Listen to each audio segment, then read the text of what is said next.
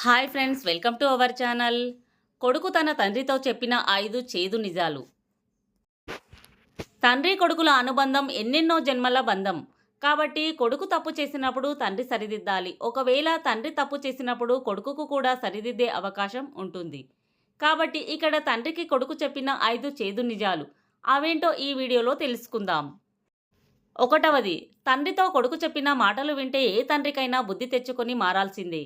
కొడుకు తన తండ్రితో ఇలా చెప్పాడు: నాన్న, నిన్ను నమ్మి వచ్చిన భార్యను ఎప్పుడూ కూడా మోసం చేయొద్దు. ఎందుకంటే తను 20 సంవత్సరాలు తమ తల్లిదండ్రులతో ఉండి పెళ్లి అనే పేరుతో నీతో జీవించడానికి సిద్ధపడి వచ్చింది. అలాంటి నీ భార్యను ఎప్పటికీ మోసగించకండి. ఆమె నీలో సగభాగం కాబట్టి ఆమెకు తప్ప నీ మనసులో ఏ పరాయి స్త్రీకి చోటు ఇవ్వకండి. నిన్ను నమ్మి వచ్చిన ఆమెకు కనీస వసతి గృహం, తినడానికి తిండి, కట్టుకోవడానికి బట్టని స్తోమతకు తగ్గట్టు ఆమెకు సమకూర్చాలి. నగలు, నట్ర, వజ్ర వైడూర్యాలు పెట్టకపోయినా పర్లేదు, కానీ నీ భార్యను ఎవడో ఒకడు నీచంగా మాట్లాడకుండా, ఆమెను చిన్నచూపు చూడకుండా, ఆమెను లొంగదీసుకోకుండా భద్రంగా కాపాడాల్సిందిగా నీ బాధ్యత. ఇక రెండవది, నీ ఇంటికి వచ్చిన నీ కోడలు విషయంలో కూడా చాలా జాగ్రత్తగా వ్యవహరించాలి.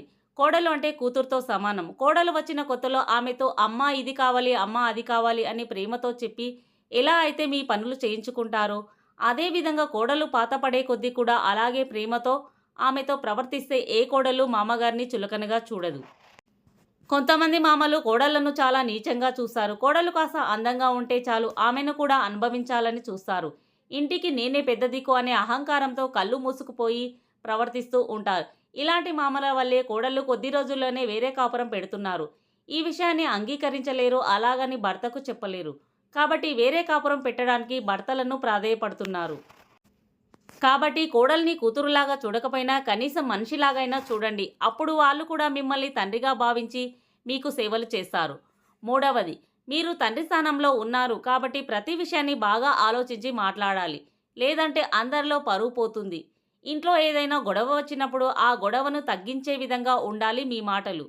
అలా కాకుండా గొడవను పెద్దదిగా చేసేలా ఉండరాదు.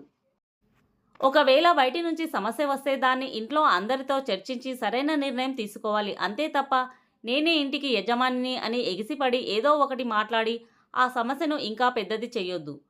ఈ వయసులో ఒకరితో చెప్పించుకుంటే చాలా చండాలంగా ఉంటుంది. కాబట్టి మీ విలువను పోగొట్టుకోకుండా మీ గౌరవాన్ని కాపాడుకునే విధంగా మీ పెద్దరికానికి ఎలాంటి లోటు రాకుండా జాగ్రత్త పడండి.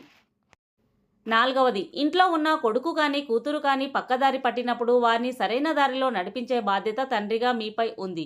వాళ్ళు అలా చెడిపోవడానికి కారణం ఎవరైనా అయి ఉండవచ్చు, కానీ ఈ లోకం మాత్రం మిమ్మల్ని అంటుంది పిల్లలు అలా చెడిపోవడానికి వారి తల్లిదండ్రులే కారణం అని.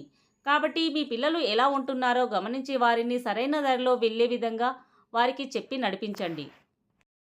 ఇక చివరిది ఐదవది, సంసారం చేసే ప్రతి తండ్రి తన కుటుంబం విషయంలో చాలా జాగ్రత్తగా ఉండాలి.